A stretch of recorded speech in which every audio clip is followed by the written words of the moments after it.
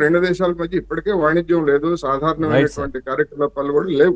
Okay right. శుభ్లి గారు నమస్కారం అండి. నమస్తే అండి సార్, మొదటి నుంచి కూడా ఈ సంఘటన జరిగినప్పటి నుంచి కూడా మీరు నిజంగా ప్రజల్లోనే ఉన్నారు. సో చాలా వరకు కూడా దానికి సంబంధించినటువంటి ఆ మృతులకు నివాళులు అర్పించడం కావచ్చు, ఇట్లాంటి కార్యక్రమాల్లో పార్టిసిపేట్ చేశారు చాలాసార్లు కూడా. ఏంటి సార్ అసలు అంటే ఇప్పుడు భారత్ తీసుకుంటున్నటువంటి చర్యలకు సంబంధించి అంటే పూర్తిగా కూడా అందరూ ఏకతాటిపై ముక్త కంఠంతో కూడా మాట్లాడుతున్నటువంటి పరిస్థితులు.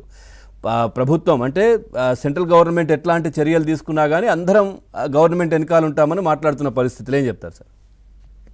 ఏబిఎన్ ప్రేక్షకులకి తమకి అదే విధంగా నా కో ప్యానలిస్ట్ అందరికీ కూడా నమస్కారం అండి. సార్ నమస్తే సార్. ఇదే సార్ ఈ దేశం యొక్క గొప్పతనం. ఈ దేశం యొక్క గొప్పతనం ఏంటంటే మేము అందరం కూడాను ఇది అనేకమైనటువంటి భిన్నాభిప్రాయాలు ఉన్నాయి.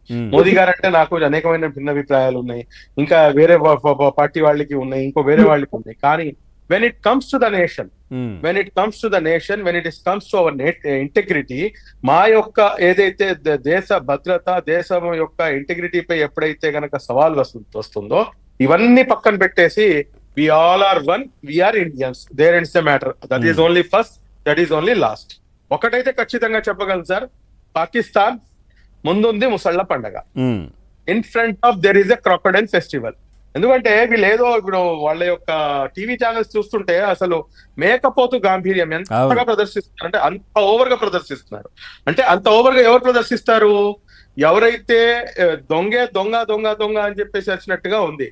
అంటే they want to gather the international సింపతిని గ్యాదర్ చేయడానికి వాళ్ళు కొన్ని ఒక రకమంగా ఏంటంటే ఒక కుట్ర పన్నుతున్నారు. కాబట్టి వీళ్ళకి బాగా తెలుసు.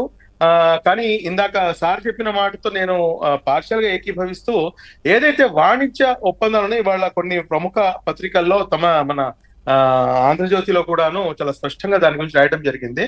వాణిజ్య పరంగా ఏదైతే మన దేశం పై నుంచి ఎగుమతి గాని దిగుమతి గాని ఏదైతే జరుగుతుందో వాటన్నిటిని కూడాను అడ్డుకట్టేసి వారి ఆర్థికంగా వారిని ఇంకా ఎక్కువగా గట్టిగా దెబ్బ కొట్టాలని చెప్పేసి ప్రయత్నం చేస్తున్నారు భారతదేశం వైపు నుంచి కూడా అని చెప్పేసి ఒక మంచి ఆర్టికల్ కూడా వచ్చింది.